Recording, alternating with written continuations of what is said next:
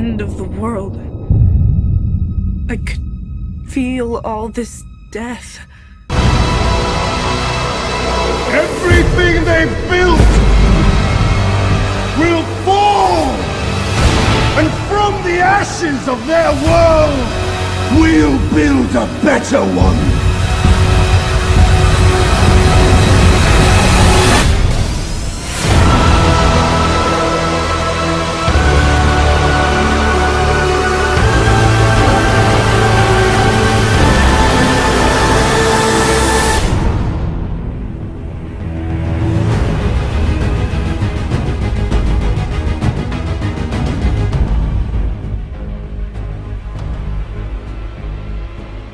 Some residents in a cliffside community in California are closer to losing their homes this morning. Several apartment buildings are in danger of falling into the ocean below. The cliffs they sit on are being eaten away by waves sparked by El Nino.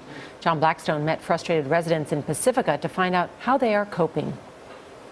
At a cliffside apartment building in Pacifica, California, police posted notices telling people they have to go. Danger had become too great as the cliff started falling dramatically into the ocean. We gotta do what we gotta do, gotta get out. Michelle Montoya moved in just 2 months ago to an apartment with an unparalleled ocean view. Where are you gonna go? I have no clue. The cliffs here in Pacifica can rise more than 100 feet. When the base is pounded by high surf, the bluff is undermined. That's why these big boulders have been brought in to try to slow that erosion. But when powerful winter storms hit, the cliffs take a beating, and that's left these buildings teetering on the edge. Two of the apartment buildings along the cliff have been sitting empty since 2010, when they were deemed dangerously uninhabitable. But since then, 4 years of drought in California meant few storms, and the cliffs remained stable until this winter, when heavy rain returned. Pacifica has seen this before. In 1998, the last big El Nino year, constant winter storms washed away the cliffs, leaving several houses hanging on edge. One collapsed onto the beach below. Others had to be torn down. Bart Willoughby knew the building where he lived would one day meet the same fate. So here it is. The old saying goes, if you're not living on the edge, you're taking up too much space. The order to evacuate the apartment building was criticized by the building's owner at a city council meeting last night. To throw all the residents and tenants out in a couple of hours is really unfair. It's very hard on them, and I'm going to be filing an appeal on this decision made by the city. The city manager insisted the danger is real. We knew that this day was going to come. We didn't know when. We were trying to put it off as long as possible. Not an action we took lightly. Earlier in the day, Michael McHenry had his belongings in boxes and was anxious to move, but told the city council he's now homeless. And how am I supposed to keep my job and eat in the process of this? That's a little bit unfair. It's a fate more Pacifica citizens could face. 5,000 people here live in the city's threatened coastal zone. Half Pacifica's businesses are located there too. For CBS This Morning, John Blackstone. The Pacifica, Doomsday Clock California. was first established in 1947 to gauge the threat of nuclear war. Atomic scientists based at the University of Chicago put the time at 7 minutes to 12. And in the nearly 70 years since then, the clock's been adjusted more than 20 times.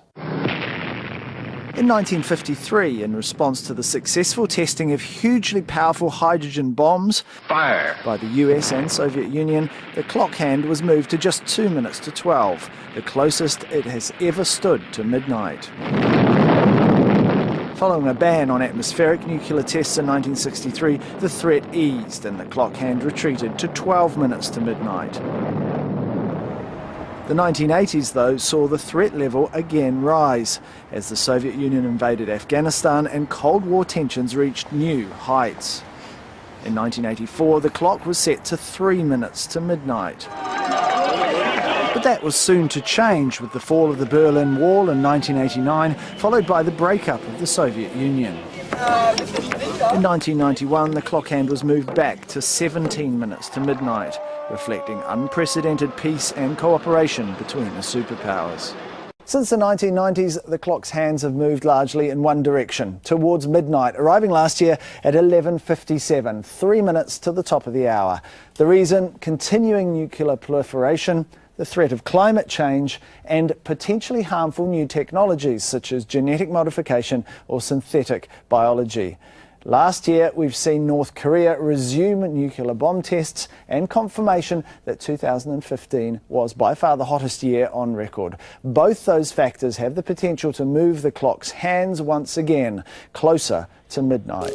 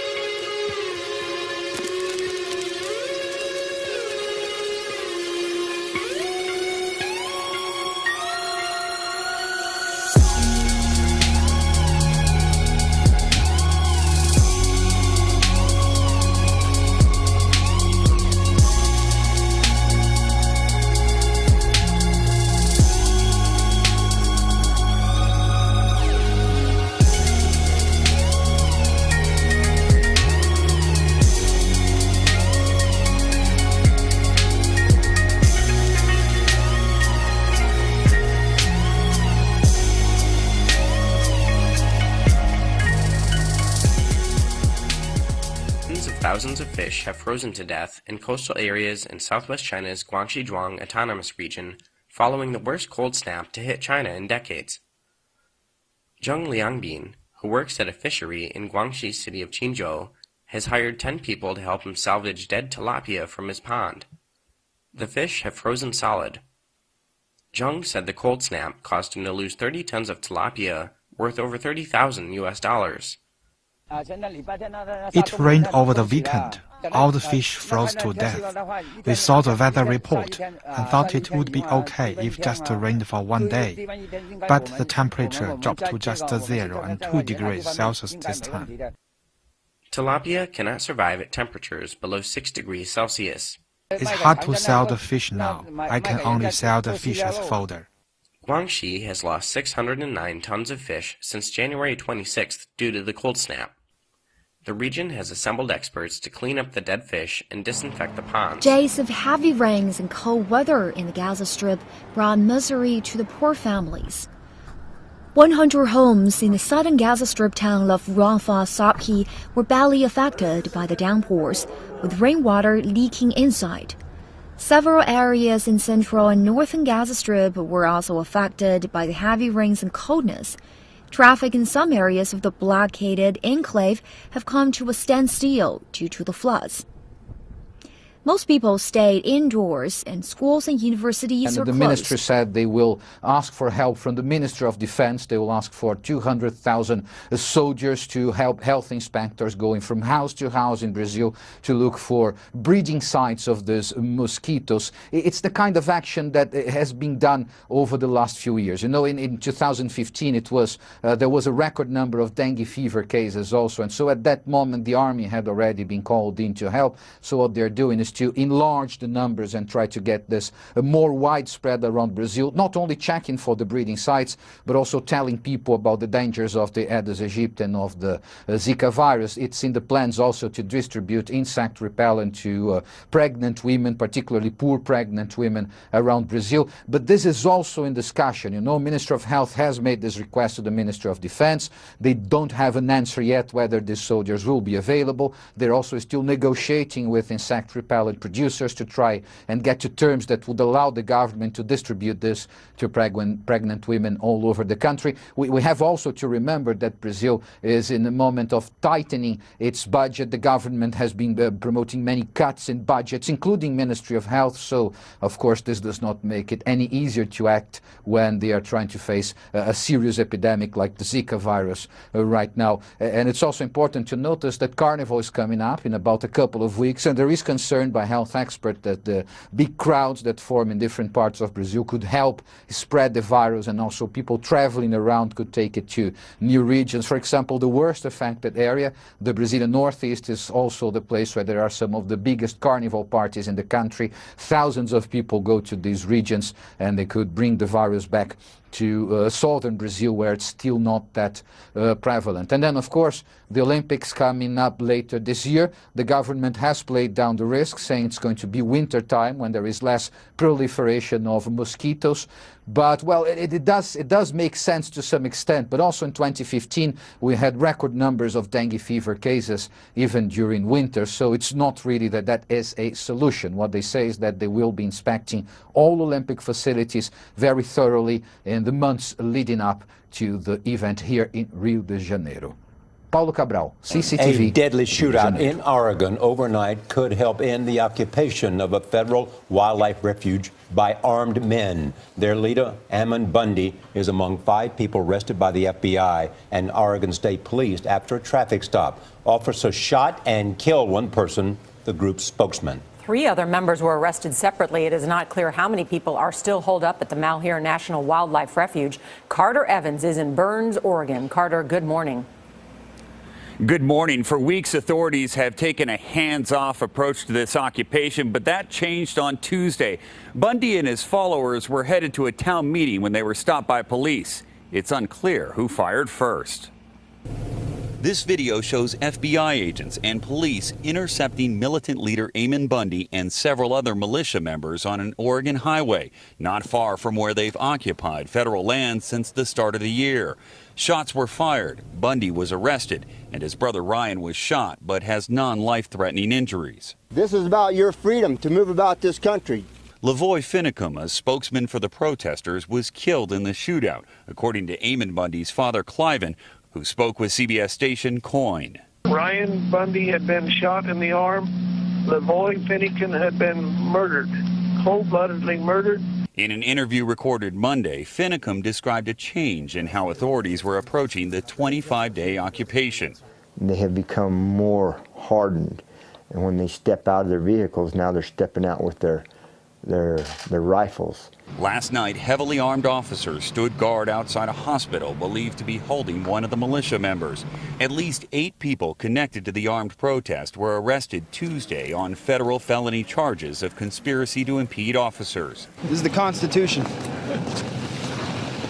That's what we're up here for, the Constitution. On January 2nd, Bundy and his armed followers took control of the Malheur National Wildlife Refuge. They claim the federal government is forcing ranchers to sell their lands. Why are you armed? We are serious about being here. We're serious about defending our rights, and we are serious about getting some things straightened out. Just days ago, Oregon Governor Kate Brown stepped up pressure on federal authorities to end the occupation. The situation is absolutely intolerable, and it must be resolved immediately. Now, it's still not clear how many people are occupying the buildings inside the refuge or if law enforcement has already cleared everyone out. Charlie, the FBI is planning a news conference later this morning. Interesting. Carter, thanks.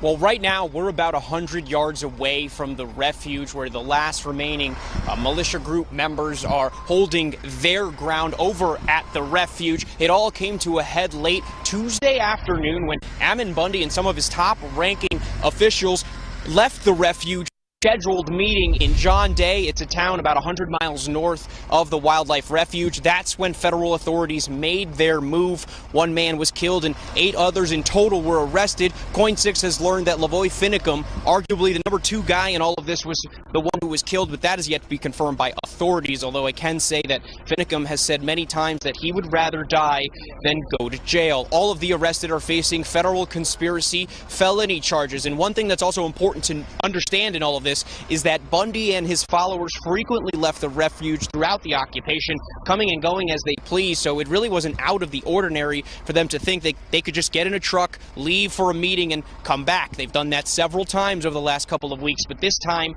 the FBI shut them down. Authorities are asking whoever is left to leave peacefully, and we saw about 5 cars leave the refuge without incident in the middle of the night. It's unclear how much more time federal agents are giving the remaining militia to surrender, and there's a town hall meeting scheduled for 10:30 a.m. this morning, so hopefully we'll learn more. Let's toss it over now to Brent. Andrew, good morning to you, live from the downtown Federal Courthouse building here in downtown Portland. We can tell you that the 7 people you just talked about who were arrested in Harney County have all been brought by authorities to Portland from Harney County, where they are now booked into the Multnomah County Detention Center. Take a look at your television screen this morning. We have all of the booking photos of the 7 people who were arrested. You can see Ayman Bundy and his brother Ryan. They are the first 2 mugshots on your television screen. The 8th person arrested in all of this actually turned himself into police down in Arizona. We don't have his booking photo just yet, but we are working on getting that.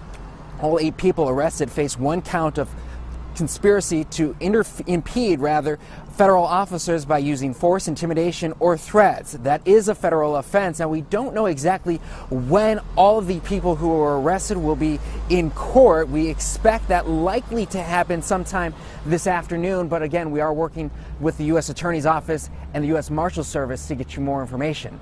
Back to you. All right, thank you, Brent.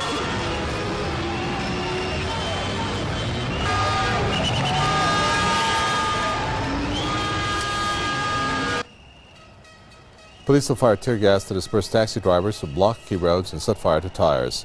The drivers are furious at the unfair competition from non-licensed private hire cabs. At least 20 protesters have been arrested. Disruptions by the protesting drivers, as well as a walkout by air traffic controllers, canceled some flights at Paris airports. A number of other strikes are ongoing in Paris as well. Teachers, civil servants, and hospital workers have also walked off the job in protest against education reforms and wages. French media have described today as Black Tuesday. The controversial bill was approved after heated debate on Tuesday. It includes tough measures such as confiscating refugees' valuables to pay for their stay in Denmark and delaying family reunifications up to 3 years. The bill is the latest attempt by Denmark's government to curb immigration. Last year, a record 20,000 refugees entered that country. Iran's Navy has warned a U.S. warship to leave the area, where it is holding a military drill codenamed Veloyat 94. Iranian naval aircraft, you are entering Veloyat tactical exercise area. For your safety, leave the area as soon as possible. Iran's Navy Commander Rear Admiral Habibullah Sayari says the American vessel left the area right after receiving the warning. The commander said that the U.S. warship entered the area to gather information on the tactics used by Iranian forces during the drills. A U.S. fighter jet also received a similar warning from the Iranian side and left the area. Iran is conducting naval maneuvers in the Sea of Oman and the northern part of the Indian Ocean. The drills cover a vast area and will last until January 31. 美方官员并非东盟国家的代言人，所以呢，我不对他的言论做评论。但是我想强调的是，维护亚太地区的和平稳定符合本地区各国的利益。我们希望美方为亚太地区的和平稳定发挥建设性的作用，而不是搬弄是非、制造不和谐。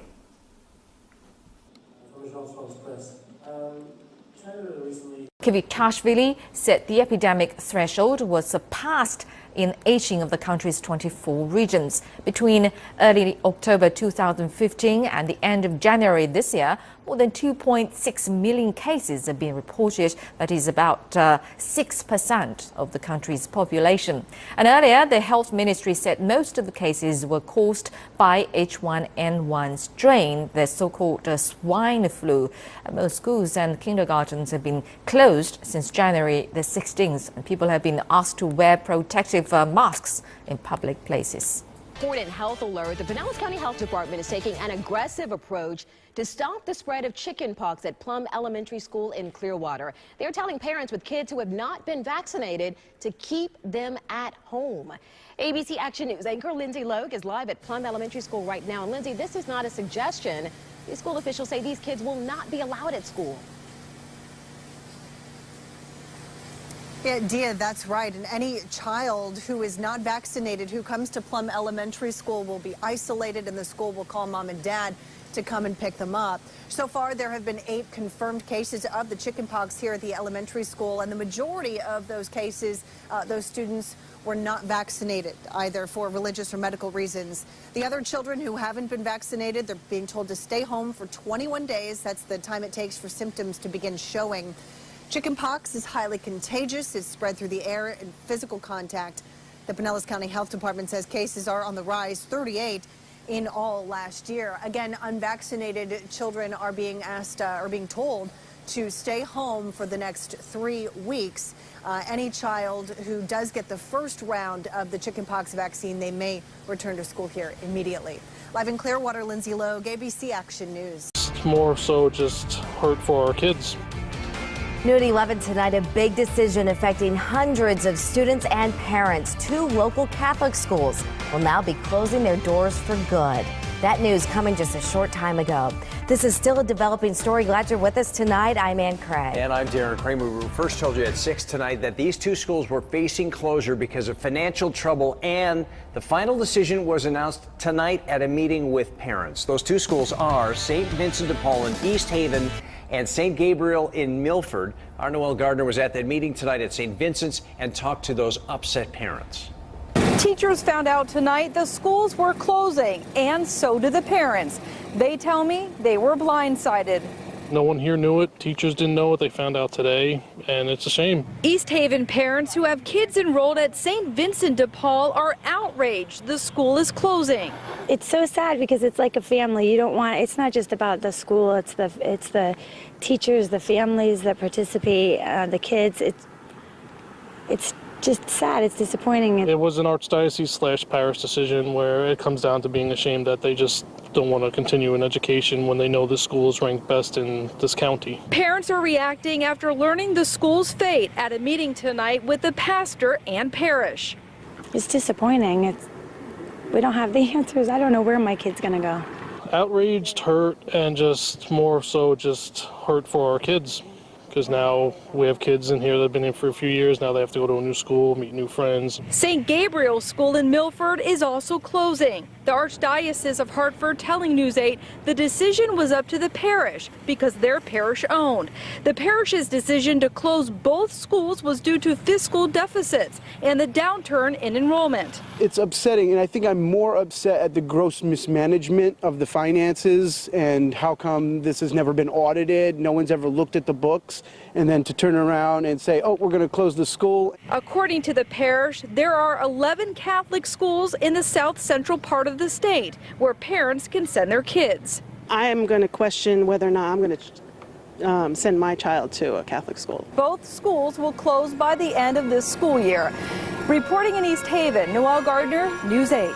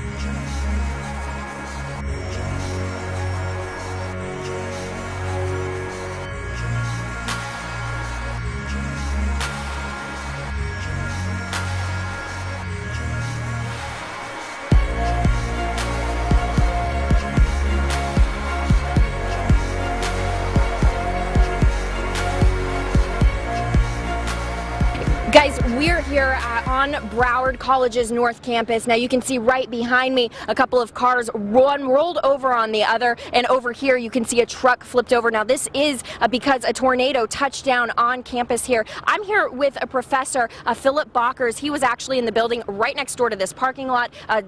You experienced the tornado as it was touching down. You were right here. Yes, it was a little after 9:30 this morning. I was in an office and my coworker's phone went off with a severe storm alert. The power went out, the computers went down, and someone came rushing in from outside saying, "Oh my goodness, there are cars upended in the parking lot." So I came out to take a look to see if there were any people trapped and to be able to alert the appropriate emergency medical services. I did not see anybody trapped, did not see any victims on the ground. The students have a great opportunity for their knowledge, skills, and abilities to be practiced here in a real-life situation. I think this is more than they expected to get when they came to campus today. Definitely. Probably more than you expected to get as well. Yes. But good news, everyone, police tell us as far as they know everyone was okay, no one injured. And again, this is a reported tornado. We are hearing from police that tornado touched down, but it's just a reported tornado. Right now we are waiting to get that confirmed. Reporting live in Coconut Creek, Jacqueline Powell, WPTV News Channel 5.